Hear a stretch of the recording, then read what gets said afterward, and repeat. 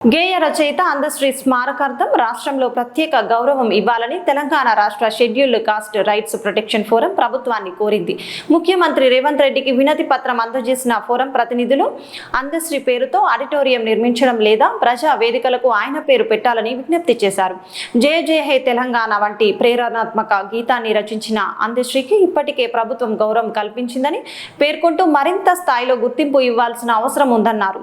ఆయన జయంతిని ప్రతి సంవత్సరం రాష్ట్ర స్థాయిలో నిర్వహిస్తూ కవి సమ్మేళనాలు, విగ్రహ ఏర్పాటు వంటి కార్యక్రమాలు చేపట్టాలని డిమాండ్ చేశారు.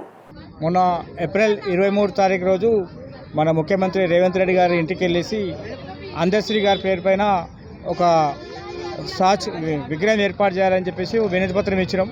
ఎందుకంటే సెప్టెంబర్ 23 తారీఖు రోజు ఆయన బర్త్డే ఉంది కాబట్టి ఆయన పేరు పైన ఎన్నో సాహసోపేతాలతో నుంచి ఎన్నో చేసిన తర్వాత ఆయనకు అధికార లాంఛనాలతో చేసిన ముఖ్యమంత్రి గారు ఇది కూడా ఆయన దృష్టిలో పెట్టుకొని ఒకసారి ఆయన బర్త్డే ఉంది కాబట్టి ఆయన పేరు పైన కల్చరల్ ప్రోగ్రాంలు, తర్వాత ఆయన ఏదైనా ఆడిటోరియం పేరు పెట్టాలని చెప్పేసి అనుకున్నాం.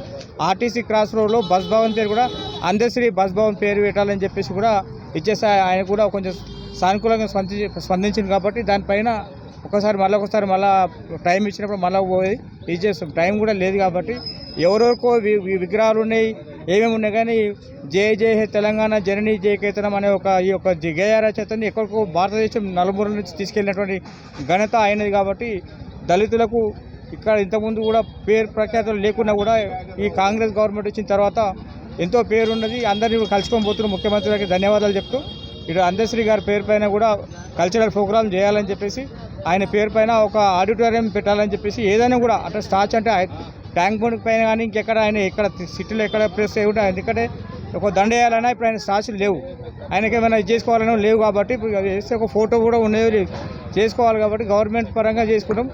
ఇక టైంలో చూసినాం కల్చరల్ ప్రోగ్రాంలు అంటే కూడా ఏ సాహసోపేతంగా చేసుకున్న నిర్ణయాన్ని కూడా కట్టుబడి ముఖ్యమంత్రి గారు చేస్తారని చెప్పేసి ఆశిస్తూ 61 కులాల చైర్మన్ గారు గాలిపల్లి కృష్ణ గారు మరియు మేము కలిసి సీఎం గారి ఇంటికి వద్దకు వెళ్ళి ఒక వినతి పత్రాన్ని ఇవ్వడం జరిగింది. ఆ వినతి పత్రం ఏంటంటే అందశ్రీ గారు మన యొక్క తెలంగాణ కవిగా పేరు పొందినటువంటి వ్యక్తి, అలాగే మనకు జాతీయ గీతాన్ని అందించినటువంటి వ్యక్తి. ఆ వ్యక్తి మన మధ్యలో లేడు కాబట్టి ఆయన గుర్తుగా ఇక్కడ మన తెలంగాణలో కానీ తెలంగాణ రాష్ట్రంలో కానీ ఎక్కడ కూడా ఆయన స్టాచ్యూలు కానీ ఇవి కానీ పెట్టాలన్న ఆలోచన ఎవరికి రాలే.